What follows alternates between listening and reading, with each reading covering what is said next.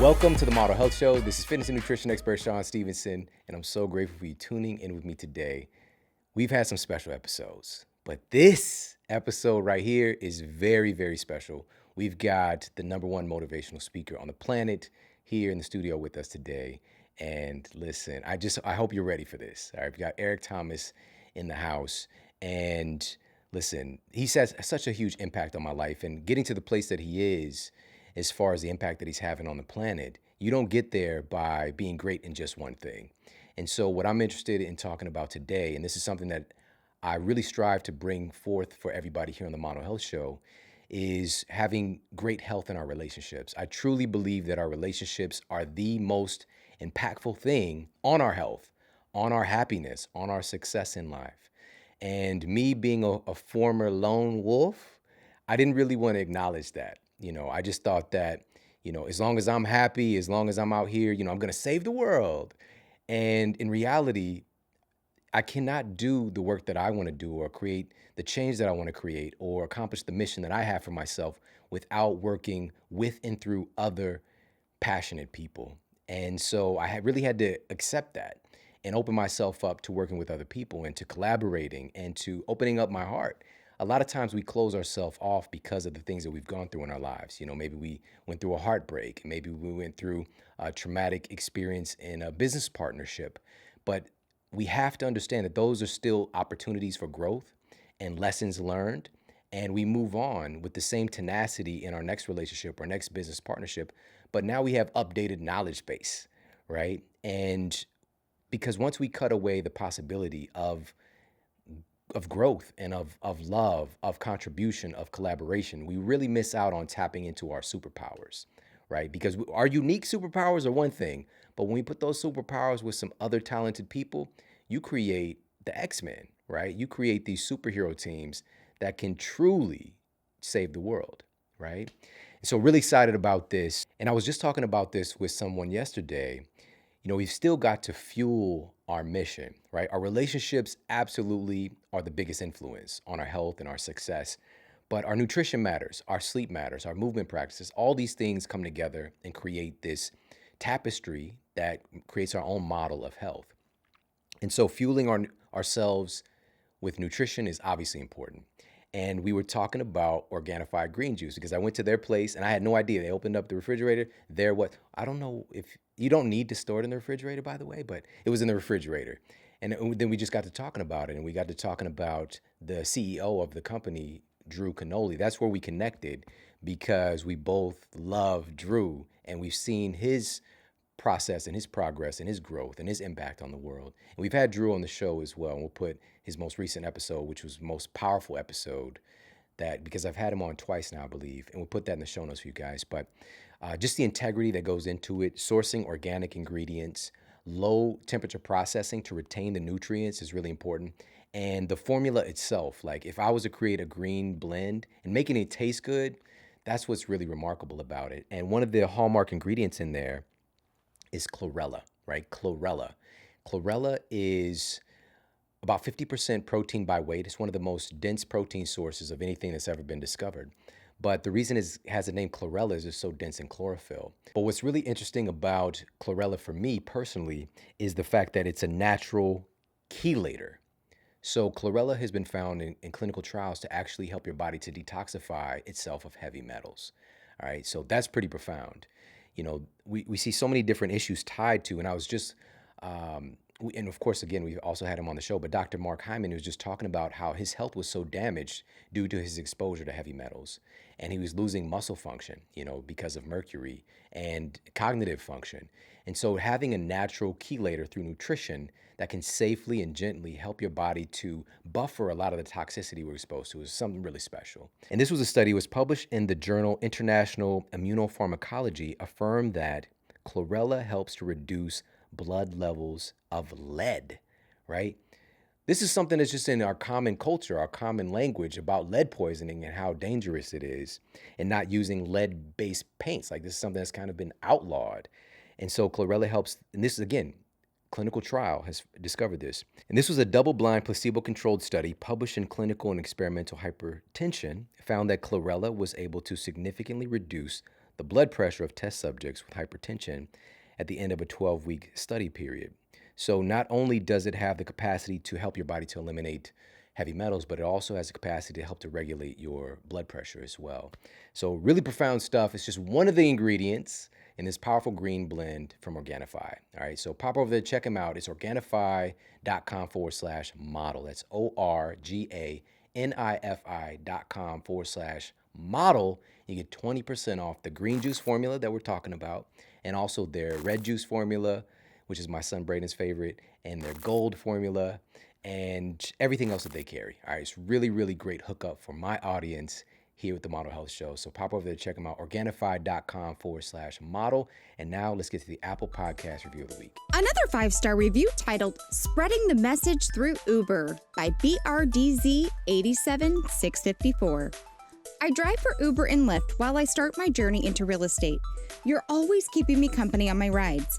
I share your podcast with all my riders in hopes that they too can get the inspiration, information, and motivation I receive from this show. Thank you so much for what you do for the world. I am truly grateful for all the information you have blessed my family with. That's so awesome. Thank you so much. I'm in Uber. And you know what's so funny is that just a couple of weeks ago, I shared this insight that I had recently about the power that this phone, this device that we all have, everybody listening has the opportunity to create income for themselves just by having this simple device in their hands. And so whether this is through Uber, through Lyft, through DoorDash, through Postmates, you don't have to go through some crazy interview process to make money, to get a job. You don't have to put on the right tie, the bow, whatever. You don't have to try to, let me learn how to interview. Like, you can literally just grab your phone and start to make an income, and no matter how weird you are, well, of course, you don't want to be too weird, you know what I'm saying? But this is such a great opportunity that we've never had before, but it comes with another dimension of it. There's this parallel universe where there are other businesses that are in conflict with it, right? We've got Uber now, but what about cab companies? They've taken a huge hit, but this creates an opportunity to adapt, right? We don't want to be like Blockbuster Video and not adapt. When Netflix shows its face, Blockbuster had it locked down. They had the income, they had the potential infrastructure, but they were just like, people are always going to want to come to our store. Are you kidding me? And so they left this huge opportunity open for someone else to take control of their market share. Now, I think there's one Blockbuster Video left. And I think it's like in Alaska somewhere, if I recall. But I even felt that when Netflix came along, I was just like, I still felt this pull, like I need to go out and work for this video experience. You know what I'm saying? But then it just became a reality, like, wow, I can't believe that I used to go out there and stand by the box and hope that somebody's going to return the video that I want to see. Like, we all get it on demand now, and so it creates this opportunity, right? There's this duality, but we have the opportunity to grow and adapt. And so I just want to remind us of the opportunity we have. So it's not just through those apps, but through the apps of being a social media influencer and creating content and maybe being of service and coaching other people through that medium. Like, there's no stopping you. Creating music, right? There's so many people that are transforming the world through putting music on SoundCloud, and there's just an entire generation that's just crushing it through that platform. So there's no more gatekeepers. Those days are over, but we still have to take advantage. And to do that by instilling positivity into it and impacting other people's lives. Thank you so much for taking me with you on your ride with your pickups, being an Uber and Lyft driver. I think it's just profound, and I'm so grateful for that. And everybody, thank you so much for taking me with you no matter where you are right now, whether you're in the gym, whether you're out walking, taking the dogs out, whether you're just kicking back and taking some notes, whether you are, doing some household chores, whatever it might be. Thank you so much. I'm so grateful to be a part of your life. And today, I want to deliver a really profound, powerful gift to you in the form of Dr. Eric Thomas. Now, he is, again, the #1 motivational speaker in the world, and he didn't get this esteem on a straight track. This man was literally homeless at one point in his teens, and he shared the story many times, and even on past episodes of the show, being forced to live in abandoned buildings and eat out of trash cans. And he dropped out of high school, right? But he got his GED. Then he struggled through college and ended up getting his bachelor's finally. He got his master's degree, he got his doctorate, but he's not running around saying, I'm Dr. Eric Thomas. He's really like, I'm a real person with real world challenges. And I want to share what I've learned with the rest of the world.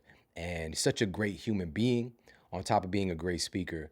But in this episode, we're really talking about some of the things that matter a lot to me right now, which is how do we operate in a medium where our children are not going through the same challenges that we are, right? It's updated issues that we're talking about today. So we're talking about parenting. We're talking about relationships with our significant other, which might be of value to any of us. And we're also talking about our mindset when it comes to our financial well-being as well. So there's a lot here. And so now we're going to jump into this conversation with the one and only Dr. Eric Thomas. I know that you guys just had a anniversary. You and Dee Dee, Yes, right? yes, sir.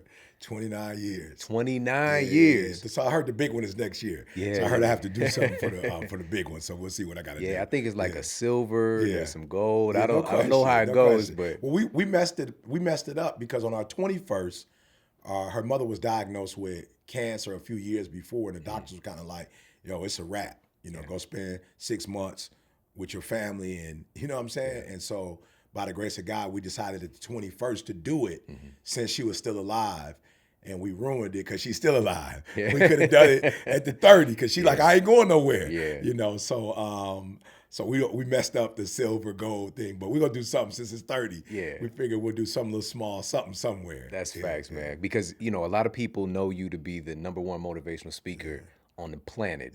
But you can't get to that position without being spectacular in other areas. And one of those things is relationships. Yeah. And so this is something that I'm always tuning into you for and paying attention to because for you, like you and I growing up, we didn't have a lot of examples. And so a lot of this stuff has been on the job training. Absolutely. And so I believe, by the way, I think you guys' anniversary might be on my birthday. Oh, for real? Yeah, what's the date? The 23rd of August. Oh, that's my birthday. That's crazy. Hey, so I can't forget no more. I got it. That's awesome. But yeah, so just to kind of get to the mechanics of it all, like you not having a framework of what that looks like, 29 years. You know what I'm saying? So what was one of the early steps that you saw, like, to break that pattern of people falling apart and making a relationship work? Like, what are some of those qualities and things that you had to figure out? Yeah, so, and this like hurts every time I say it, but I remember I was on campus and I was a part of a ministry. That's when I kind of first realized I had a gift to speak. Yeah. And so I probably was overusing it. And I used to be on campus with my boys every Tuesday, Thursday, Sunday. We had an event called Bell Tower. And we started at night, and I think we got into a discussion afterwards. I must have about 2 o'clock in the morning. Like we would end at about 10, 11 at night, like it was a nighttime thing. And then we'd be up talking and whatever. And I was married, but I was a sophomore in college, but I married, after my freshman year. And I remember going home this one particular night, 2 o'clock in the morning. And I remember Dee Dee, like, she's not a crier, so she wasn't crying like physical tears, but like you could tell she was upset. Yeah. And I was like, what's up? And she was like, nothing. But I was like, come on, what's up? She was like, nothing. I was like, no, for real, be honest, what's up? She was like, you know what? I love you, but I wish I hadn't married you. And I was like, what? Whoa. And she was like, not like I don't love you and don't want to be with you, but it was better when we were friends. It's kind of like once I got married to you, you now compartmentalized me and put me away. And it's like, you take care of everything. But when we were dating and you were seeking me, like you were trying to get me to marry you, like I was a priority, but now it kind of seems like now that you have secured me, I'm like over in a corner somewhere. And so when you finish doing everything you do, then you get to me. But when we were dating and we were friends, like I was first and everything else came, that hit me hard, like, whoa. And so it was at that point I was like, yo, E, you got to get back to the friendship. Like you got to get back to Dee Dee's your best friend. So I think a lot of times in relationships, once we say I do, not consciously maybe, but subconsciously, that person is no longer in the friend zone. So we're not hunting like we used to hunt before, and it's kind of like I captured it. Yeah. And so I can go on to, and so for me, it was like, yo, E, you got to get back to friendship, but more importantly, you got to get back to the hunt. Like you got to find a way, even though you married her, to keep coming up with these ways to hunt her and go after her and make her feel like she's desired and not like, a second thought. So for me, I think that was the thing that really turned my relationship around, and all my relationships with my children. I'm still on that. Okay, find ways to make them. When Jada was 4 and you'd come through the door, she would be running like, Daddy. Well, she's 21 now. And so she's in school, so you're not coming through the door no more. But what are the things you can do to still make her want to run and go, Daddy? You know, CJ, business partner. But when he met you when he was 22, 23, he was like, yo, E.T., you know, he looked up to you. What are the things you can do, even though he's grown with kids, married, that still make CJ go, whoa, E.T., you know what I'm saying? So it's like Michael Jordan playing, but Mike, what do you do 5 years, 10 years, 15 years into the game to still make people go, whoa, MJ, and not, oh, I seen MJ do that a million times. Unbelievable, man. That's for you to have that like click take place so early on. I think that's a gift. You know what I'm saying? Because a lot of people don't get to that until later in life, if they get to it. If they get to it. You know, and one of the things too, whenever I end up ironing something for my wife, I think about you. Yeah, no question. Okay, you and a lot of dudes. I'll be in the airport and dudes just walk up to me like, you know it's your fault. I'm like, bro, I don't even know you. Like, what do you mean my fault? Bruh, I've been ironing, bruh. I use the Unstoppables in the washer. You know what I'm saying? So, no question. I guess that'll be a part of my legacy. Yeah, right? That's crazy how like you can get attached to those things, you know what I'm saying, people's minds. Yeah, no that's question. Awesome, man. But you know what's so crazy is that, you know, for me and my relationship with my wife, we didn't have examples again. And we literally had to, at a point, because we loved, love isn't enough. Which is crazy to say that, you know, because there's a song, I think it's the Beatles or John Lennon, right? All we need is love. Nah, love isn't enough. Yeah, he should explain that. Right? Let's break down some bars. But, you know, we really had to study. You know, we had to study relationships. We had to study and find out about ourselves and the way that because people communicate differently. And this is one of the things you've been on in the last couple of years, and I've been fortunate enough to be around and to see it and see people's light bulb come on when they realize, wait a minute, I'm communicating my way to the other people in my life, whether it's your kids, your coworkers. And so what for you, what like got you connected to thinking about that and these different assessments? Yeah. You know, so right now what we call it is extreme execution. Yeah. Because exactly what you said, I realize love is not enough. Like good is never enough. Like you really have to execute at an extreme level, you know, to keep stuff. You know what I'm saying? And so for me, it was Chris Daniels. He was the first one to introduce me to these personality assessments, the DISC.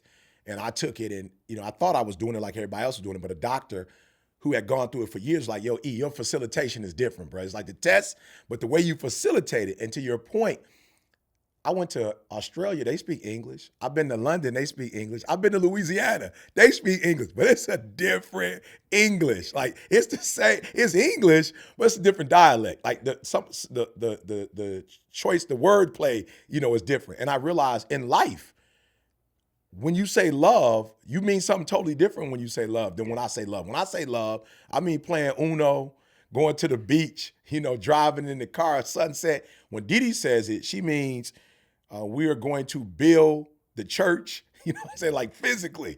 Drywall, she means mop, she means cleaning, she means spring cleaning. Like Didi means picking weeds.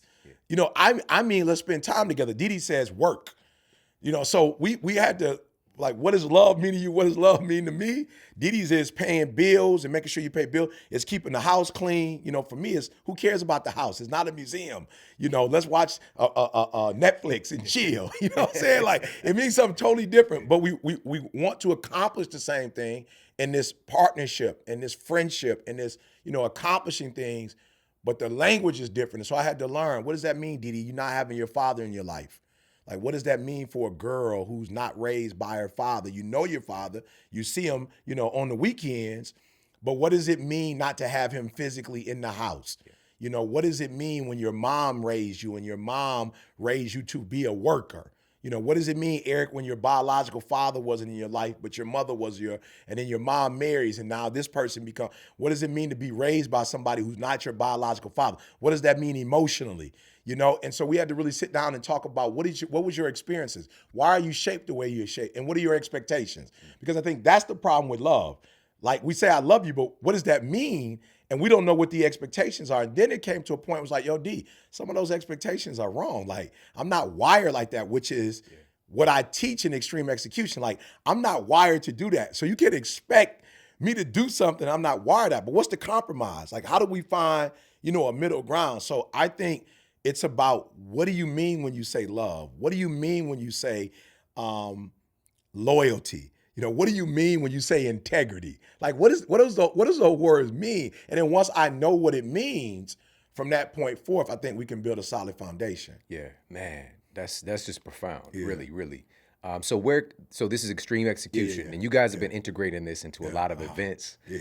And we'll put it up on the screen for everybody to see this watching on right. YouTube, where they can go check out more information.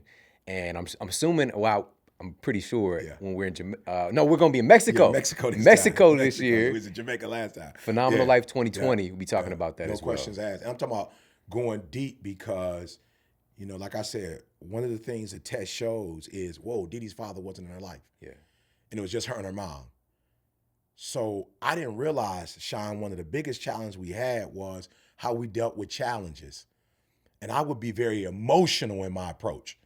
Didi was just facts, and so we would get into it because Didi would be like, well, why are you screaming? I'm like, screaming? I'm passionate. Yeah. Like, you haven't seen the YouTube videos? like you don't, like, you tell me all the time when I'm in the house, be quiet, like, calm down. But I think what happened was, when we would get into a discussion, the test revealed Didi wasn't raised by her father, so she wasn't used to having a man in her presence. And number two, she was an only child, so it was just her and her mom. She's like, yo, me and my mom never argued. So you go from a community where, a home where they never argued. It was like mom and daughter was like best friends. And then you get into a relationship where now I'm super passionate, whatever. And I'm trying to explain to my wife, I've never cussed at you a day in my life. I've never put my hands on you a day in my life. Like, some of the things that I saw coming up, and I grew up in a beautiful home, but my parents did cuss. Yeah. And so there were some things that my parents did that I don't do. But I'm thinking I'm taking it from a 10 to maybe a 4. Right. And I think I'm doing something, Shawn, and my wife is at a 0. Yeah. So a 4 to her is escalated because she didn't grow up. And so, like, studying the tests and putting our tests side by side, it's like, oh, so when I deal with my wife, I can't be passionate. I can't, because to her, that's arguing. And this may sound weird, but we actually created an exercise that when we do have to talk about something that's a challenge, we literally get in the bed or go on the couch and we put the cover over our bodies. And so now it's no, whatever. And now she's looking straight ahead, I'm looking straight ahead, and we're just talking about the situation. And so it's no, body, because body language is what? Yeah. About 70% of communication. So you got to think about how I communicate. So I don't think this is loud, but to her, all of this is like, you in my face, you loud. So by putting the cover over and talking, it's like, de-escalated 100%. Yeah. And so we did that for a few months.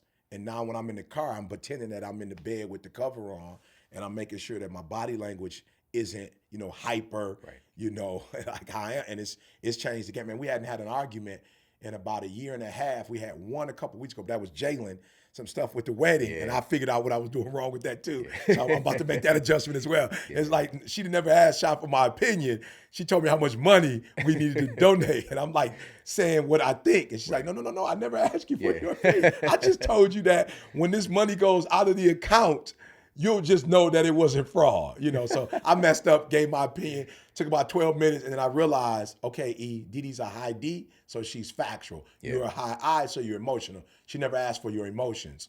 She just said this is what was going to happen. She made a decision, and I should have just honored that decision and moved forward. But we'll talk about that offline. Yeah. Man, that's profound. Yeah. And I'm hearing so many similarities. Like, I grew up in a house where all we did was yell. Like, that's just how we communicated. And then my wife is total opposite, none of that, And so very early on, same thing. And even now, it's just a couple weeks ago, I was saying something and she was like, huh? Wait a minute. I was like, I'm on 0. I'm on 0. We just talking. She's like, no, you're talking. You know what I'm saying? Right. But man, it's so beautiful because I think there's a part, and I got to ask you about this, where you start to think, well, do she want me to change, right? Is she trying to change me? Because I like me. I feel good about the person that I am. So how do you navigate that? Yeah, I think it's a balance. Let me just give an example with the whole opinion. So I realized that I had gotten with my wife about the wedding because of my opinion. My son and I had gotten into it because I was about my opinion. And what my wife ended up expressing to me was, yo, Eric, this is not your wedding. Like, this is the young lady's wedding. This has nothing to do with you. Like, this isn't even about our son. This is her day. She gets one day. And we want to make sure it's a perfect day. So nobody really cares about what you think, not in a bad way. But at the end of the day, you don't get to make a decision about somebody's perfect day. Yeah. Like, they make the decision about their perfect day. So I realized in this situation, Shawn, Didi's absolutely right. You shouldn't even have an opinion. So it's not about changing me. It's about allowing me to use my strengths when it's appropriate. Yeah. Your opinions are not appropriate with somebody else's wedding.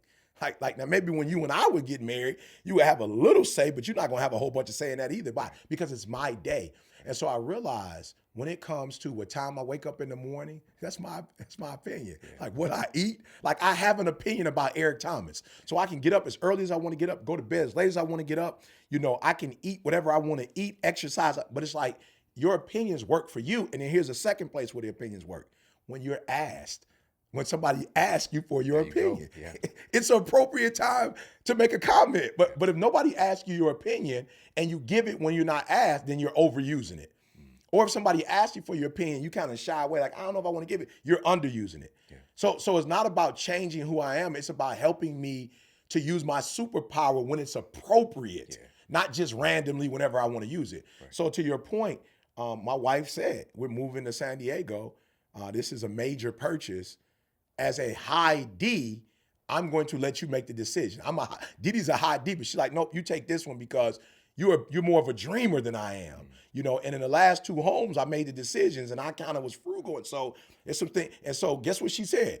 It's you make the decision. Now here's where your opinion is valid. And it's like, okay, go to work. But I'm sure when we start picking the comforters, when we start picking some of the colors on the wall, she's probably going to go, I do that better than you, so let me do that. But your man cave, go for it. The garage, go for it. But these areas, I'm not asking for your opinion. So I think it's not about compromising who you are. Yeah. It's about knowing what your strengths are and not just randomly using them, but using them in a way that's going to be beneficial, for your relationship. Yeah. And that's if the whole world was operating like that, we'd be on a whole different level. Yeah, right. And I love the fact, because again, we didn't have these things coming up. Absolutely. And so you're really at a place where you're making it a mission to instill this in our kids as well. Yeah. And so you just gave me a copy. Yeah. And then this is the thing about you, because I love you. You're the first person that I've had on without reading the book, because I know that this book is the bomb. And so I just started reading it as we were sitting here. Right. And man, of course I showed my wife who's here with me today too, but this is something special. This is something special. Thank you, man. So I get one of the first copies. Yeah, absolutely. And it's really, this is geared for middle school and high school kids to start to teach some of these lessons, specifically about tapping into your superpower. Absolutely. And I'll be honest, it's very simple read, it's in animated form. There's some adults, and I'm not saying this because I'm saying it. CJ read it and was like, yo, don't stop saying it's for middle school and high school. It's like some adults never got taught. So this is for them. But you're not the boss of me. And here's the idea, Chris. So I had a girl in my church, Shawn, who's about 3. Her name is Kaya. She's about 3. And Kaya used to always say to adults, I used to want to whip her in the beginning because I was like, you being disrespectful. But Kaya was like, you're not the boss of me. Just because you're an adult and you go to this church, you can't boss me around. You can't tell me I got to go to Bible study or I can't go to the bathroom. She was a 3-year-old, but she was strong. She used to always say, you're not the boss of me. You're not the boss of me. So then I started going to middle schools and high schools, and kids would be like, you're not my daddy. Don't talk to me like that. And I would hear, sir. And so I said to him, how many of you guys hate being told what to do? 90% raise their hand. We hate being told what to do. Yeah. I said, well, the reality is, you will never be the boss of you if you don't know your superpower. If you don't know your strengths. And if you don't know what your lane in life is and how to use that to your advantage, somebody always gonna boss you around. So if you get kicked out of school, you're gonna be working at McDonald's or Burger King, and guess what they're gonna do? They're gonna tell you what to do. You end up doing the wrong thing and go to juvie or go to jail, guess what they're gonna do? They're gonna tell you when to wake up, when to go to bed, what to eat, when to shower. So if you really wanna be the boss of you, you can't be the boss of you until you master you. So, and how can you master you if you don't know who you are? So I'm like, if you're in middle school or high school, you need to discover who you are. So if you're a high D, you probably want to be in the driver's seat. You're a pilot. and you want to be in the driver's seat. So you need to be a judge or a lawyer, like a project manager, like a director, something that's going to put you in the driver's seat. If you're a high I, you like me, a flight attendant, and you're a very emotional, people-driven person. So you're going to be a comedian, on the mic, you know what I'm saying? Like entertainment, hospitality. So it's like, guys, read the book, find out what you are. And then once you find out what you are, lock into that, find out what your purpose is. And why do you have to wait? I hate when kids tell me, I'm taking the SAT, for example, in school. I'm like, all right, when you start studying? In 11th grade. Well, you take it in the 11th grade. Why would you start studying in 11th grade? Well, because they told us we take it in 11th grade. Why didn't you start when you were in elementary school? You knew you had to take this test. Or why didn't you start in middle school? Like, why do we wait, Shawn, until we're 21 or 30 to start doing self-discovery? Yeah. And so the book is like, if you 10, like, start finding out who you are. Take these personality tests. Yeah. Get online instead of doing social media and following people on Instagram. Like, follow you. Like, ask your parents where you come from. Like, do some research. Like, what's a gift that I have? What's a talent? And then go to Google, go to the library. I know that's old school. Go to the library and literally start studying about that. Find other people who are doing what you're doing as adults and start crafting your own life at 10, at 14, at 16. Stop saying, nobody taught me that, or I didn't get that from my environment, because unlike us, you do have access to social media now. Yeah. So unlike us, whatever neighborhood we grew up in, everybody had the same jobs pretty much. Everybody drove the same cars. Like, we live in a society now where if you're in poverty, you can see what wealth looks like. Yeah. Like, you can get online. You could travel to Africa. You could travel to Bermuda. You could travel wherever online. So I'm saying, since you're studying everything else, study yourself and find out who you are, and then use that to become your own boss. Man. So true, man. Yeah. Like, it's so profound, because for me, and when you were telling the story, I grew up literally first job, McDonald's, fast food, McDonald's, and I'm a high D. Yep. So when I took the assessment, and literally even there, I didn't want to conform to what the standard was. You weren't born to. I'm supposed to be back there flipping burgers. Yep. I'm like making my own type of sandwich. Yep. Like, no, this is better. Absolutely. Like, people didn't come here for your sandwich, Shawn. Right, you know what I'm saying? But I'm just like, this. You guys don't understand. You were wired to be in control. Yeah. Which is why you had your own phenomenal show and doing a phenomenal job at it. Why? Because you do get to decide. You do get to make the decisions. And kids who are high Ds are having a hard time in school because they never get a position to lead. Right. And they've got to sit there from the age of 5 to 18 and never use their superpowers. So I'm telling teachers in the book, like, would it be harmful to get a kid 10 minutes? It's a 50-minute class.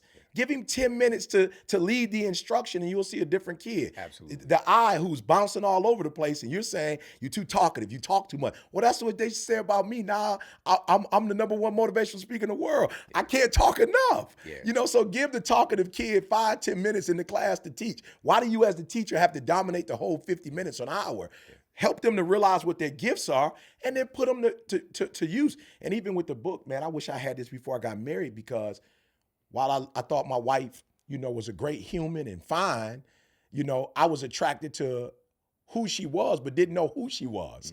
And had I had this test when I was 19 and got married, I could have realized Dee's not trying to be bossy. She's not trying to disrespect you. She's not trying to make all the decisions. She's 99D. She was born to lead. And once I realized, like, this is her superpower. That's like being mad at Superman because he flies or because he's faster than a locomotive. Like, that's what he is. And so once I realized what Dee was, I started putting her in her position where if we go to the bank, it's so funny, Shawn, I remember being a high I, like, I care about how people feel.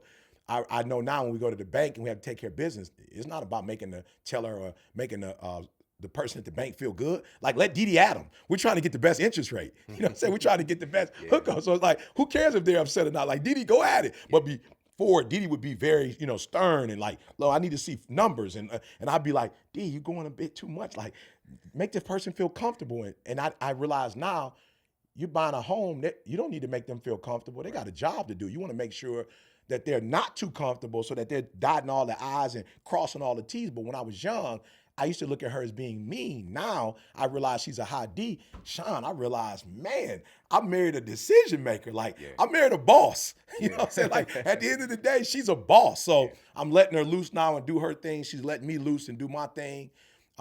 She's saying when we go to a party, you write, I'll buy the card, but you write all the gooey stuff in the card. I'll get us to the event, but you speak at the funeral or you speak at the wedding. And now we're taking our best gifts and our best energy and resources and we're putting them into use. When we were in our 20s, because we didn't know this stuff, we were butting heads and we saw each other as opposites, but we realized we're the perfect complement, if that makes sense. Absolutely. Yeah. That's where the superheroes come together. Yeah, that's what they you know do, what I'm saying? right? The Avengers. That's right. Man, that's so powerful. And another thing that I'm really excited about in the work that you're doing, you've been doing for many years.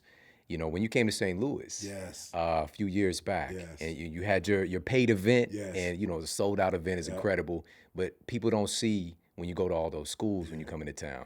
You know what I'm saying? I think you went to like a detention center. You went also to like Vashon, some of the schools that are, you know what I'm saying? And I grew up around it, you know what I'm saying? And you created one of the most viral videos from that experience, but you're getting out there and you're doing the work nobody's paying you to do, nobody's talking about to get out and connect with our kids.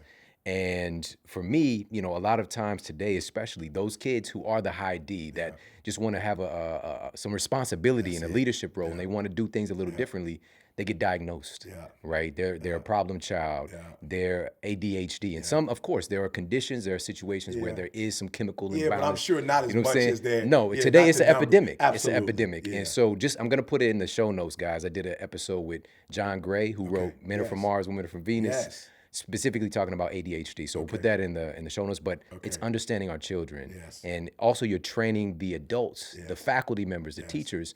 I would have been in the same class. My teacher, Miss Norman, 4th grade, I'll never forget her. She gave me 10 minutes every Friday to stand up in front of the class. You know what I'm saying? Just because I started. Boss. Exactly. You know what I'm saying? To perform, whether it was I was going to sing a song, do a routine, do some stand-up, whatever. It's so crazy, but I kind of suppressed that a little bit because it got... Once I left those conditions where I was paying attention to, I had to try to conform, and then I struggled. You know what I'm saying? But then, thankfully, I had a lot of different exposures where I was like, okay, I get this system. And so then I started to thrive as a student.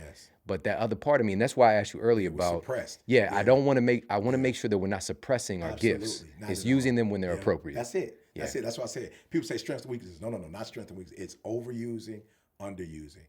And we've got to learn, and I, as a man of health, I think you would appreciate this, but this is the analogy I give. Some people cook broccoli too fast and it's hard. Some people overcook it and it's soggy. You got to know exactly when to pull broccoli out. Boiled egg. You cook it too soon, too fast, it comes out runny. You overdo it, it's got the brown burnt stuff. If you do it just right, it comes out perfect. And we've got to learn first to find out what our gifts are, the people that we love that are close to us, what their gifts are, and then we've got to teach them how to use them appropriately so that Superman is a hero and not a villain. Because you got the dark Superman, you got the positive Superman, and we've got to learn that we can either be superheroes or villains based on how we use you look at Hitler. You can't take away the fact that he was talented.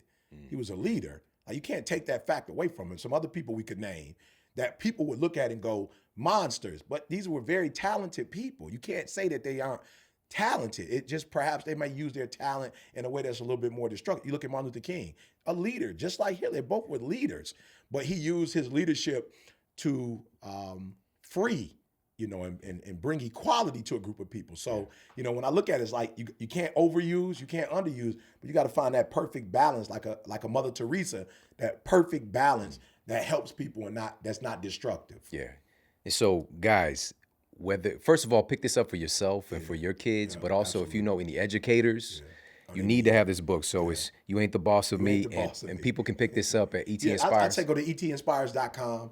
They can go there, and then that's like the one-stop shop. Everything, ET and ETA Associates. Definitely. I want to ask you about something you mentioned earlier, and I don't want to pass this up because this goes into that relationship context, and also talking about your son getting married. It's really important to focus on making the marriage better than the wedding. Absolutely. Right? So first of all, but once the marriage starts to take place, one of those things that you dealt with, and I'm just curious to hear this because it's a very similar story as well, is you mentioned Dee Dee came up in a circumstance where there was a job. There was a 9 to 5. That's how you get your money. and then you're like, well, I'm actually an entrepreneur, and we're gonna make money this way. Absolutely. So how did because now like she's changed her approach to, but what was the, because I know there are people who are in the same spot, like I want to do these different things, but my significant others like, nah, that's not gonna work. So what did you guys do, or what did you do to help to get her on board with what you're doing? We need 3 shows. We need 3 shows to answer that. But here's the first thing I had to do. I had to realize that my wife, because she didn't have the same perspective I had, wasn't my enemy. And early in the game, Shawn, I think things didn't work out as soon as they could have because I saw her resistance as opposing me. I saw it as like, oh, you don't believe in me? Like, I can't believe you don't believe in me, and I had to realize that, and I'm going through this with my son right now. I'm my wife to my son. And it's like, I see where when you oppose a person, because we're not always looking at the details, like I'm a high eye, so I'm a big picture dude. I'm not looking at some of the details. It's almost as if you were against me because you don't see it the way I see it. And what I began to appreciate about Didi was like, yo, I'm not against you at all. But you have to show me how. I remember I came home, I made 10 grand. Shawn, I was like, yo, he go 10 grand. Like, let's go. And she was like, phenomenal. But 10 grand for how many months are you going to be able to do this in a row? Right. Like, I have no problem with the fact that you brought home 10 grand. But if you want me to just change everything, all the dynamics, everything we've been doing, because you made 10,000, like, I can't do that. But if you can show me how this 10,000 is consistent. Now, here's what blew my mind. I ended up getting a job at Michigan State University, and I was probably not even bringing home $3,500 a month. And she was super excited. And I'm thinking like, whoa, how are you excited I'm bringing home 30 when I should have showed you 10? And she was like, oh, no. It's not the value. You bring home 35 every month, at least I can measure that. Yeah. I know how to spend it. If you make 10,000 one month and then you don't make it again for another 4 months, like there's no way for me to measure that. And her being a high C as well, she's very structured and systematic. She measures twice, cuts once. She's like, I can't measure something that happens sporadically, but if it's consistent, even if it's small, you can measure it. And so I started to realize, oh, she's not against me. She actually wants me to succeed, but she's asking me, where's the system? And so all she's saying is add to your gift some systems. Like, you don't have a bank account. You don't have a 501c3. You didn't go to the Chamber of Commerce. Like, you don't have business cards. You don't have a website. Like, at this point, it's not a business. It's a hobby the way you're doing it. So while you're gifted, the system isn't as gifted as you are. So let's just say, Eric, you look at yourself as a 10 as a speaker. Well, the structure or the infrastructure, the business infrastructure is a 0 or 1. So if you can get that up to at least a 6 or a 7, I can jump on board, but I can't jump on board when all I see is talent. Where's the infrastructure? So when I got on one accord with Didi, it was like, oh, I get it. You're just saying you want to see how this thing is going to work. Like, where is the taxes? You're not paying taxes off this money. Eric, we're going to get in trouble with the government. Like, what are you doing? Wesley Snipes. She's like, I just don't see it. Like, I see your gift causing us more problems than I see it elevating us and helping us to reach our dreams and goals. So then once I was like, oh, she's like the coach and I'm the player. The coach isn't going off because he's calling a timeout and bringing to your attention the things that you're doing wrong on the court. He said, I'm not interested in you scoring. We said we wanted to win the championship. Yeah. So where's the defense? We put a plan together. Where's that plan? And so once I put the plan together and started working the plan, I started seeing Didi say, okay, now we got a plan. Now he got a website. Now he has an agent. So if you call, there's a number that goes to when you call, and then there's somebody that calls you back. Okay, good. I can see it. Okay, now he's got a business account. Okay, I can see where Carl and C's doing his car. Okay, now I got it. And so as I began to start building that infrastructure up, and she could see the consistency of the engagements. Oh, he's doing 7 a month that's paid, and then 15 that's not. But I'm okay with the 15 that is not getting paid because I can see, though, that that's where his heart and his love is. But I can see he's disciplined himself. Oh, he's getting up at 3 o'clock in the morning every day without having a boss. Oh, because before he was getting up whenever he wanted to get up and playing video games, and I would come home, and when he didn't have a gig, him and his boys just would be playing video games or watching football. But now, even when he doesn't have gigs, he's still got a schedule. He's still getting up in the morning, grinding. He's going to the library reading books. Oh, he's serious. And so I think when my wife saw the talent and the business acumen go up, Yeah. she became a little bit more comfortable. And then when I became like, number 10, number 5, number 1, she's like, oh, I can quit my job now. He's paid for the kids to go to school, cash. Yeah. My kids didn't have to take out a loan. He's got insurance. In case something happens, okay, I can see he's mature. If, Yeah. He passes or he loses his voice, we have insurance, and so we can cover. Okay, the house is paid off. Okay, I can see now he has a business mind, and he just doesn't have a talent. Right. And I think in the beginning when she heard entrepreneurship, she saw the talent part, but she didn't see the business structure that goes with. Matter of fact, she saw a wantrepreneur. She didn't see an entrepreneur. But when the business started, then she's like, now that's an entrepreneur. Before, you were just a wantrepreneur. Right. We got to realize, like, we're not Steve Jobs. Yeah. You know what I'm saying? We need to have proof of concept. We want people to believe in us before we even have the thing. Yeah. You know what I'm saying? Yeah. And I'm saying Steve Jobs because it just jumped into my mind. He used to be like, people don't know what they want. I'm going to show them. Yes. Right? Yes. He's a unicorn. You know what I'm saying? Like, Yes. you need proof of concept. Yes. You need consistency. That's it. Because it's the same language, man. question. Me and my wife used to get into it, Yeah. and I would say these specific words: "You're not with me." Oh man, that would really piss her off, Yeah. And she's Like, I'm because married to you. my whole life is you. revolved That's around right. you. You That's know what I'm right. saying? That's But right. it was because of those pieces. She operates on certainty. Yes. You know what I'm saying? Like when she met me though, I was an entrepreneur, but she's still kind of like, what is going on here? You working with people in the gym, right? So, but I'm gonna keep my thing. You know what I'm saying? But now she runs our business. Yes. But it was getting to the place of like seeing that consistency, me taking care of the basic necessities where same thing, like I'm willing to take a risk to help people. You know what I'm saying? But it's like, no, you got to keep our foundation right. Then you could Then you could go and help. Yeah, you know what I'm saying? So that So really I'm not rings alone true. there. Yeah, oh man, like was alone. this before we met, you know what I'm saying? right. And it's so crazy. And I'm curious, like oftentimes those opposites come together. And I think it's really interesting. Well, I don't think it's opposites.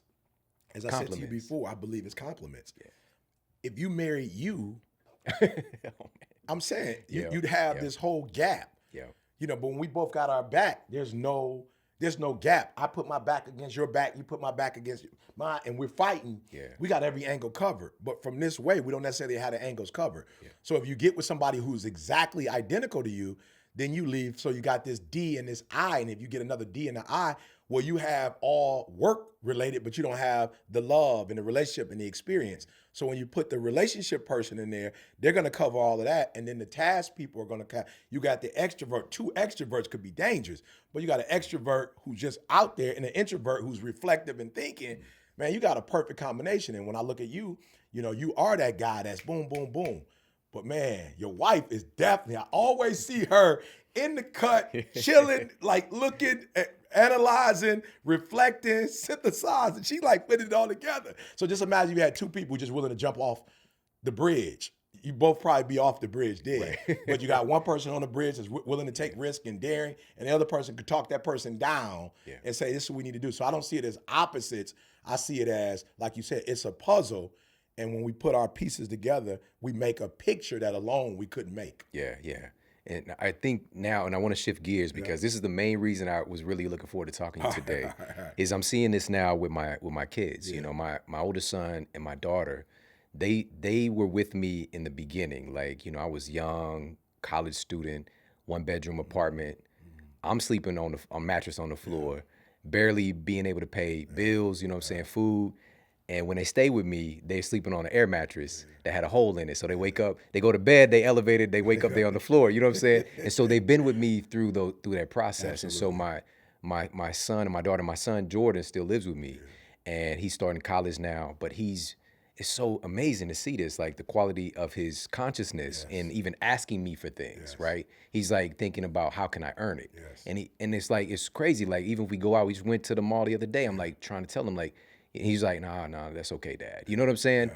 But my son, Braden, he doesn't have a concept except luxury and comfort and happiness. Like that's what he sees in the home. And he's got a big antenna up for seeing discord between my wife and I or any conflict in the house. Yeah. He's very much against that. Like, and so, you know what I'm saying? And it's really it's enabled us to grow more, of course, having him. But I'm curious, and I want to ask you about this because Jamal, for both of us, has really cemented this idea of generational wealth. Absolutely. Something we didn't see. Like we really changed the course of our family's life, right?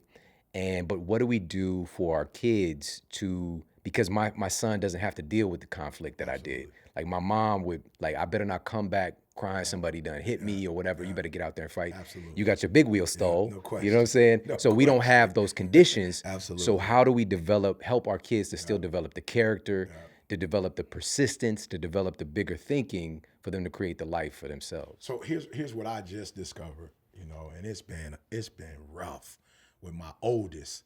It's been rough because exactly what you're saying is like I almost felt as if it was the spirit of entitlement, but we had a heart-to-heart talk a few years ago, and he pretty much said to me, "It's your fault, Dad." Like pretty much, you're asking me to have this grit, but I wasn't put in situations where I had to fight. So you want me to have this grit, but I didn't have grit opportunities. You want me to have this resiliency, but what did I have to bounce back from? What I'm saying? I didn't have a student loan. So I don't know what FAFSA is. I drove a 745 Li my sophomore year in college. I was with the basketball program. You know what I'm saying? So we traveling, doing our thing. Like I wasn't homeless is what he said. I wasn't homeless. I had my own room, and we ate on the red, So one of the things that happened for me, I was like, all right, got it. Take ownership for what you could take ownership of, Eric. I got it. I understand exactly what he's saying. So now what you need to do, Eric, is not the fighting that made you what you are, because other people fought and they went to jail. So they went overboard. Yeah. So it's not the fight that got you there, but it is some opportunity of conflict that you have to get through. So what you need to do is you need to put your son in situations where he's going to have to deal with conflict, right? So, and you know what those are. So like what he's going through right now is trying to get an apartment off his own income. You feel me? Like he's trying to get it on his own. It's like, Dad, I ain't been able to, the first apartment he got off of my credit. So now he's trying to get one off his own. And it's like, it's a fight because he's like, Dad, they saying I don't make enough money, but you told me I made this much, but you made that much. So again, Shawn's one of those situations where, base, you made this, but I've been blessing you. So you really are making that. So, but before I'm like, yo, you never knew, and I'm not coming to rescue you because you never really cared about what you made and what that meant in terms of, on your W-9, like you never was in those situations. So guess what I'm going to do this time? Right, wrong, or different. I don't care how you see it. I'm about to make you go through the conflict. You about to meet with this realtor and y'all going to go back and forth. And she told you can't get it. And now you calling me, you're going to go back and I'm out of it. Like this is your conflict. This is what your conflict looked like. Not mine, growing up in the projects with my grandma, going to the stores with my cousin, going past pimps and dope addicts and prostitutes. Like that's not yours. But you are going to go through conflict. You don't have to go through what I went through, but you have to go through conflict. And so I just hit him up before. He was like, I can't talk right now. I'm walking. I'm like, bet. You're walking. It's conflict. Yeah. And now you're trying to meditate, go in your mind, pray, whatever you're doing to get on the other side of this conflict. You are getting married. It's some conflict between, as you and your fiance, you are different people trying to work stuff out. So I'm no longer going to save you from the conflict, right? And so something happened with my daughter. Now, my daughter's a little different. My daughter's the one that's like, I got to earn it. But there's still things that she's going through. And she went to New York on her own. Conflict. She went to New York on her own. That's conflict with her homegirls. So they wanted to go on a break during the summer. I'm like, go for it. I'm like, normally my agent calls. We had a car pick you up. We do the whole thing. And so my daughter was kind of like going through it with the hotel things like, Dad, they're not letting me in. I use my card. My card didn't work because it's a debit. And so I'm letting you check into a hotel on your own. And my wife was like, I can't believe she can't check into a hotel. She's 21. I'm like, sweetheart, we've always checked in. Like whenever we've gone to a hotel since they were kids, we got the suite and the door that opens and they come in. So she's never had to physically swipe her card. So you thinking, how in the world could she not know how to? But guess what? The first time we stayed in the hotel, our parents weren't the ones that we were the ones. So we've been doing this for years. Hot wire, we had no money, hot wire, trying to figure out how to get the cheapest, but the greatest quality. I'm like, she's always just come with her luggage. So now she's got to check in on her own. She's going back and forth. She got to figure out. And so I feel like we have to do a better job when they have to go through conflict of not rescuing them from the Yeah. conflict, but saying, you know what, I am going to provide for you. I do want there to be generational wealth. I don't think the problem is generational wealth. I think we've confused generational wealth and taking the conflict from them as well. Yeah. That's what we've done wrong. Yeah. So there's nothing wrong with money, money, money, money. Each generation needs to have more money, but you need to be responsible. And some of the, CJ said it, he got a housekeeper. So you taking away from Trey the opportunity to clean his room, to be responsible. So C's like, I got to rethink this now. There's nothing wrong with I understand why you have a person coming to clean, because you all over the world, you're doing your thing. You don't have time. You won't put that on Candace. But now little man don't know where his stuff is because the cleaning lady is and he's like, Dad, the cleaning lady moved mine. I don't know what she did with it. So I'm like, we got to be careful. Yes, we teach them generational wealth, but do not take the conflict from them. Do not take certain responsibilities away from them. So yes, we should be but Jada should have been checking in her own room. Yeah. She should have, Jalen should have been getting a rental car on his own. Yeah. You know what I'm saying? They shouldn't have just went and just jumped in it. So I don't think there's anything wrong with generational wealth, but I think some basic responsibility stuff that I took from my kids, I shouldn't have taken those away from them. Yeah, yeah. And now, again, you get to share those lessons with us, because a lot of us, there's no handbook for parenting that's any exact, you know. Absolutely.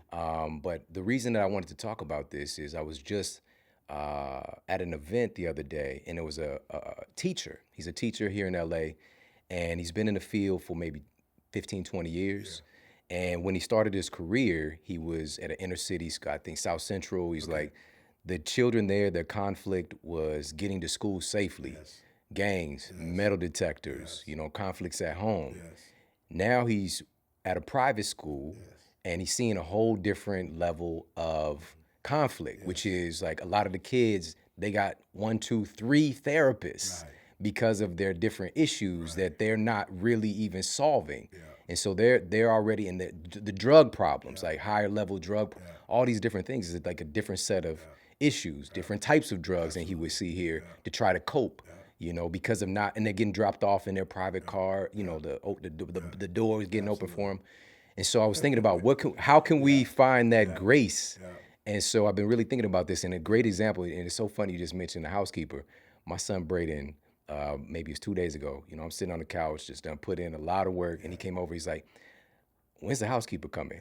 And I was like literally the light bulb went off, and he was like, it's kind of getting messy.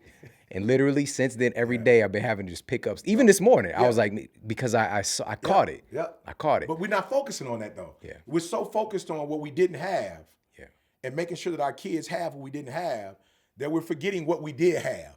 Yeah. Like our focus is no longer, our focus is making sure, okay, we got to make this money. We got to show them how to be entrepreneurs. There's nothing wrong with that. But there's a part of us that is able to do that because of the challenges that we went through, and we were able to solve them. Yeah. So I'm not suggesting that they go through what I went through, and you got to go past pimps and dope fiends. Like I don't want my kids to go through that. But because I thought that was the challenge, I saved them from that challenge. Now I'm keeping them away from the other challenges that made me who I am, cutting the grass. Yeah. And for me, it's like, cut the grass. I'd rather have my man next door, my boy Mike is killing it. Mike is a firefighter, but then on the side, he cuts grass. He got it manicured. He got it looking great. Guess what, Shawn? I don't have to do as much work when Mike does it the right way. Right. But to teach Jalen how to do it, who don't want to do it, it's a fight. So I'm like, no, to save me some trouble, let's let Mike do it. And I just pay Mike to do it. Whereas I didn't realize, no, Jalen needs to do it. And even if Jalen doesn't do it the way Mike does it, Jalen needs to learn the responsibility. Yeah. And then maybe Mike can do it, you know, once or twice a month to make sure it's tight. But or maybe Jalen needs to be with Mike when Mike does it.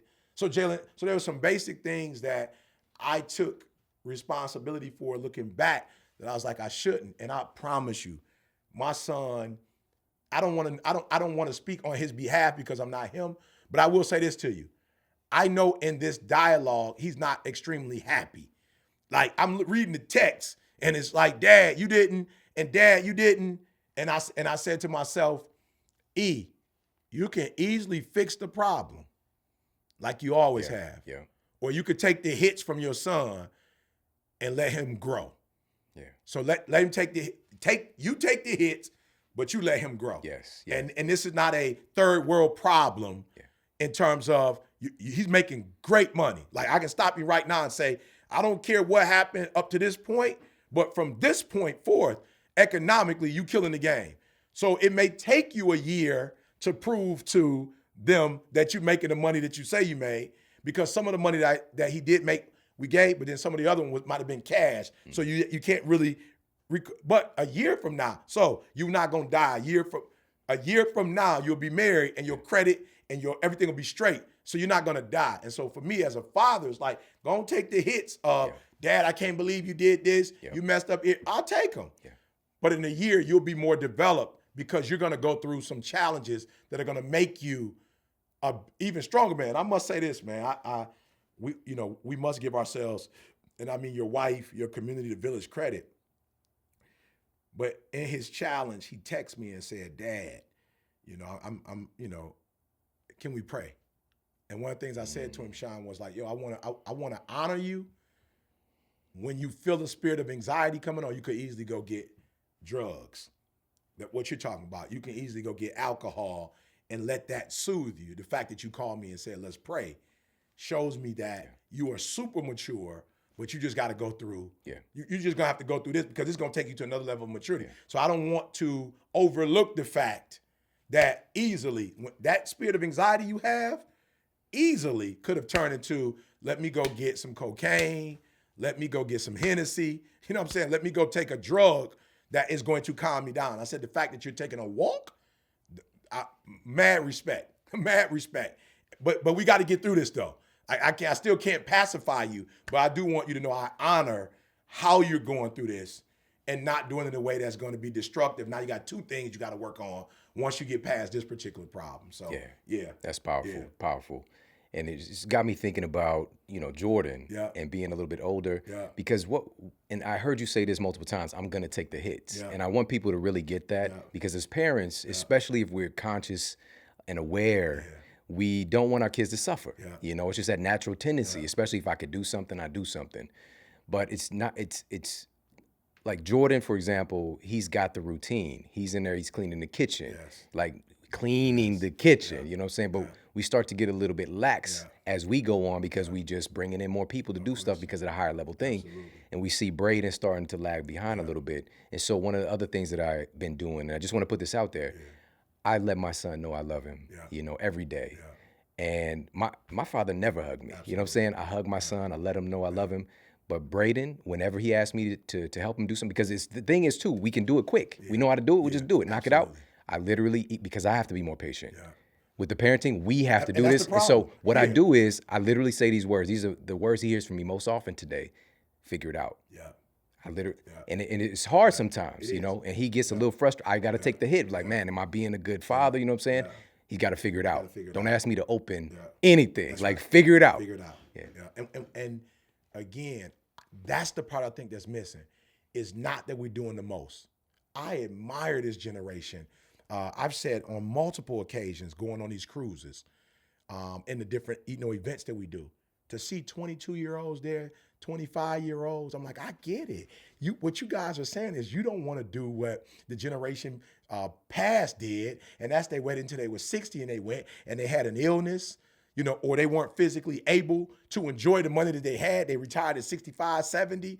Right, bro, you in your golden years. Like you don't even move like you move when they told you to start this job. They're like, we're not going to give our best years to GM. We're not going to give our best years to Ford. We're not going to give our best years to Chrysler. I feel the millennials. They're like, yo, we want to go on the cruise while we can walk, while we can run, while we can fly. I'm like, I get it. Like, I'm not mad at you. They don't want to work for $9 an hour. They're trying to find the next app or the next, whatever invention that's going to make them millions. I'm like, yo, I get it. But in the midst of that, hard work is still a part of that equation. So maybe not the physical work that we're accustomed to, but guys, you got to work. And I think as I was helping my kids to get to this next level, like, yo, I thought I was doing them a favor by not having a student loan. I thought I was doing them a favor. So maybe I should have paid for 70% of it and they should have paid for 30%. Maybe I should have paid for 80% and they had to find a way to pay that other 20%.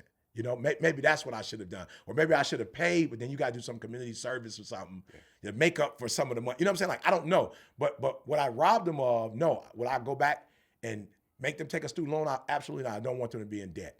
I don't want them to start their business careers in debt. But I would have made you make a connection between somebody had to pay for that. Yeah. And somebody had to grind to make that happen. So maybe you don't grind like the person who paid for that, but you got to learn the lesson. And that's what I think I messed up on, is that by doing certain things, you didn't get the lesson. So it's not to be a creator and say, this is how you got to get the lesson. But at some point, there has to be a connection between how rewards happen and the relationship between work.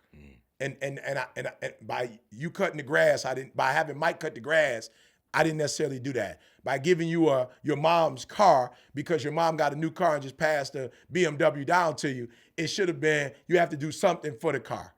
And I think that's where I messed up. I didn't always make the connection between the work and the reward. I love that.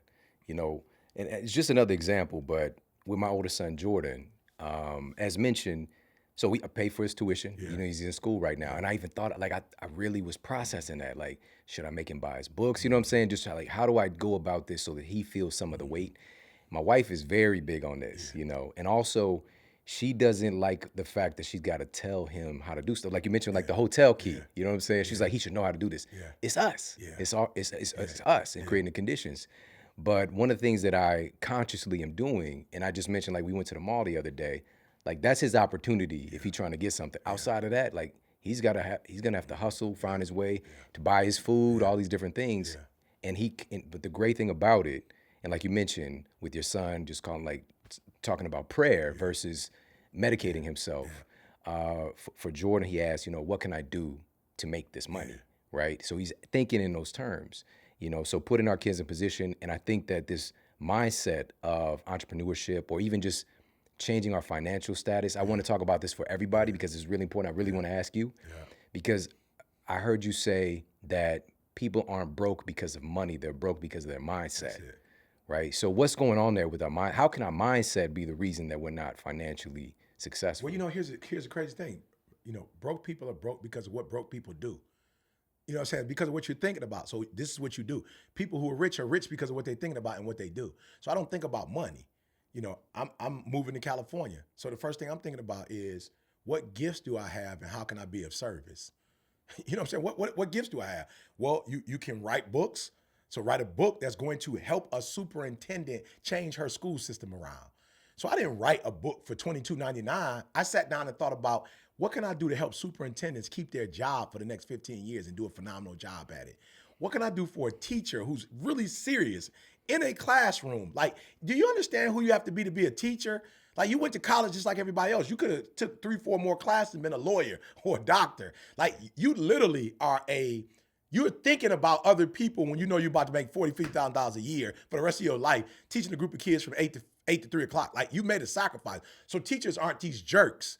Like, they really do care, but don't have the tools. Do you know that 75% of public schools are run by white females? So you have white females in an urban school system. They care. You wouldn't be a white female teaching urban kids if you didn't care for them. The only challenge is you didn't grow up like they grew up. So you have a different perspective than they have. So I'm thinking about, this teacher, this white female, who all her life, all she wants to do is go into a school and change it, but she doesn't understand where these kids are coming from. What would it take for me to write a book to help her to do what it is she loves to do? And then how many of those teachers, there probably might be millions of teachers that have that. So I'm not thinking about $20 an hour, $20 a book. I'm thinking about, how can I help a teacher do what she's always wanted to do? I'm gonna teach her these 4 personalities and show her what she is. And she's probably favoring a kid that's like her. Let's think about it. You just said it. Most school systems are designed for C's, very systematic, structured. That's what schools are. So if you're a D, you're not structured. You're an I, you're not structured. If you're an S, you're semi-structured. So the school system itself, environmentally, is not set up for you to succeed. She doesn't know that because she's a high C. That's why she became a teacher, because she's so structured. Lesson plans, 8 to 3, the bell rings. She's a structured person. So that's why she decided to be in a structured environment. But 28%, which will leave us with what? 72% If she's 28, 72% of everybody else is not designed to be in this environment that the world has set up. So I'm about to change her life, Shawn. I'm about to give her some information that's going to change her life. So guess what? When I change her life, you don't think she's going to buy the book? You don't think she's going to buy a book? The principal's going to buy a book for everybody's in the class? You don't think that they're going to take the test? You don't think they're not going to bring me in to consult the students and consult the teachers and show them how to change this environment? So when you're rich, you don't think about what you are trying to take. You think about what to give. And any environment that gives will survive. The Dead Sea is the Dead Sea, not because it doesn't have a body of water. It's the Dead Sea because it doesn't give out. It only takes. So that's why it's dead. It doesn't give out anything.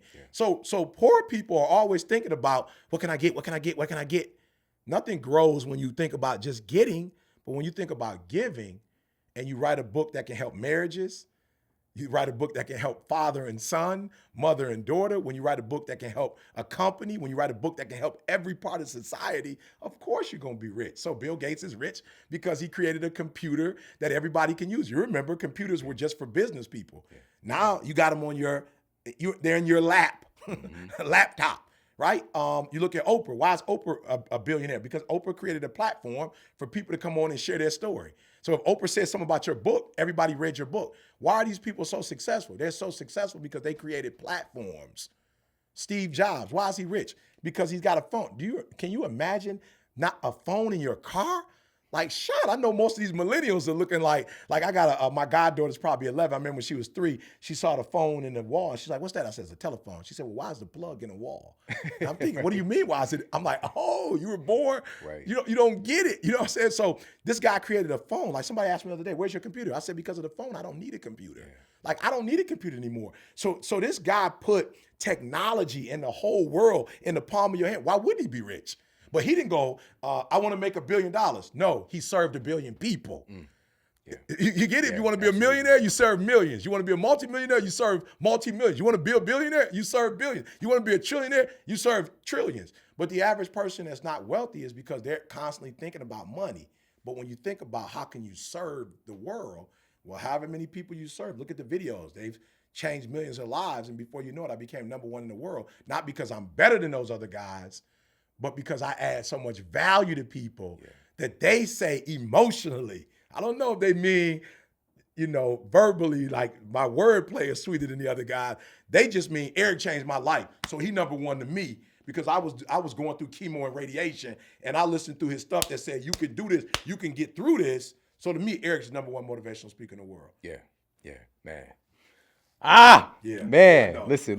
We need 3 more shows. Somebody said to me the other day, this is your 3rd time with Shawn. I said, how you know? They said, because I want more, but I counted. You did one this year, then you did, so this is your 3rd one. I'm like, absolutely. This is absolutely, man. This is it's so inspiring for me, man. I always take something away. Absolutely. And likewise, so likewise. that just that phrase, I just want to get that one more time. So did you say, how can my gifts make room for me? Yeah, what was that? If I want to make more money, I have to think about what gifts do I have? What gifts can I give away? And when I plant that seed, that one seed becomes a tree that has many, apples, oranges, and inside of that one seed I planted is fruit, and inside that fruit is so many seeds. So you can use some to eat, but then take some of them and put them back, in the earth so it can make more trees. So when you give your gift away, you saw it, YouTube, I started 2007, 2008, just giving these videos away. And as a result of giving them away, look, honestly, and I know people won't believe this, it's difficult for me to go to a restaurant without somebody stranger paying for my food. And the waiter say, look, they told me not to tell you, but they watch your videos and it changed their life. Like hotels, people are paying for my hotel rooms. They finding out what city I'm in and paying for they're like, my son was down a path of drugs and destruction. He started watching your videos. It changed his life. We just want to say thank you. Walked in the hotel the other day. It was cheese and meat and wines and all kinds of stuff. I'm like, who sent this? Somebody that said you looked after their wife. So when you start putting that out, that energy out, that's why I tell these young people, be careful with all this, gangster stuff and all this hate stuff. Because when you put that energy out, that frequency comes back to you. Yeah. But when you operate in a certain frequency that's positive and love and energy and joy, well, that's what's going to come back to you. You're not going to get hate back if you're putting out love. Yeah. So powerful, man. Thank you so much for sharing this. Thank you, my friend. Listen, anytime you're welcome here on the show, man. Appreciate and just that. thank you for giving so much value. And just that insight and the picture of those seeds and the generations then that are going to come from those seeds and how you're impacting everybody's life and that their tree is future gonna be, generations. You know that what I'm tree, saying? yeah. So even the people listening right now, you know, you're impacting their lives, but also their kids' lives and their grandchildren. And it's remarkable, man. You're one of those special people, man. Appreciate you, man. Step up and take your gift Appreciate you. seriously Yeah, and to no impact the question. world. So Yeah, thank you, man. and I'm grateful. When I was talking to my guy, he was like, I didn't know Shawn before you. And I'm grateful to say that this is not a show episode I'm doing. This is a friendship. And we're just coming up here chopping it up about, you know, what we believe. So a lot of times when people come on shows, it's like you don't really know them. You kind of, you know, but for me, it's like, yo, I'm with my boy sitting down at his show, chopping it up. And so it feels good not to be on the show where I'm like, what do you want me to say? What do you want me to like, like I'm at the crib, I'm at home. You know? No doubt, man. So again, thank you so much, Thanks man. for I having appreciate me. you. Yeah. That's Eric Thomas, everybody. #1 motivational speaker on the planet, and you know why. And it's just electric in this room right now. Such a huge inspiration in my life and the lives of so many people, and just very grateful to call him friend, family, and man, just so many incredible lessons that permeate through my own family at home, thanks to being around and spending time and just learning from Eric Thomas. And make sure, again, to pick up his book, You Ain't the Boss of Me. And really, again, not just for ourselves, but for our children, for the people who are teaching our children to pay more attention, to foster and support us all tapping into our own unique gifts and talents, our superpowers. And this is how we really create a world that works for everybody. And really, one of the big messages today, I feel, is understanding and operating from that place that broke is not a lack of money. It's a lack of change and strength within our mindset. And that's really where we need to do the work. And asking the question, you know, when we do face a situation where we need to accomplish a financial goal, maybe it's for a new home, maybe it's for getting our kids into a new school district, maybe it's for the basic stuff, you know, getting clothes on our back and those kind of things. If you're like me, whenever we've been faced with those challenges for hitting a financial goal, we will rise to the occasion to make it happen if it's a dire need, right? If we got to get money for, you know, to be able to pay a certain bill or to support a family member who's going through something, we find a way, right? But now we can take this out a step, and it doesn't have to be a crisis to make us to take action when we can start to ask, which gift do I have that can create this income, right? Thinking from that place, right?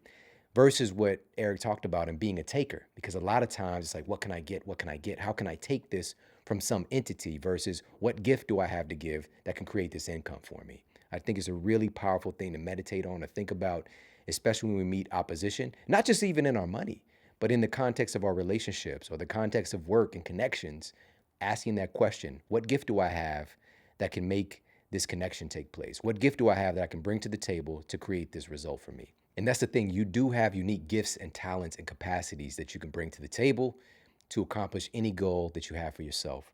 And yes, remember, please hear this, Eric is going to be, along with me and the rest of our team, we're going to be doing the Phenomenal Life event this year coming up in Mexico. All right, so come and hang out with us. Of course, it's a great excuse to get to this beautiful environment that we're going to be in Mexico, but it's also a great opportunity to spend time with the people that are pouring into your cup.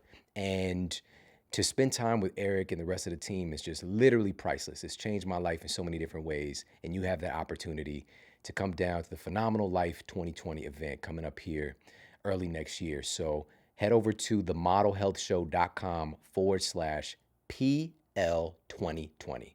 All right, so the letter P, the letter L, the number 2020. All right, themodelhealthshow.com/PL2020, and you can get your tickets for the event. It's going to sell out. If you feel called to take action via this episode and it inspired you, it struck a chord with you, this is an opportunity to take things to the next level. All right, so themodelhealthshow.com/PL2020. We're going to have some amazing workshops for you guys focusing on health and wellness. Obviously, I'm going to be there for that.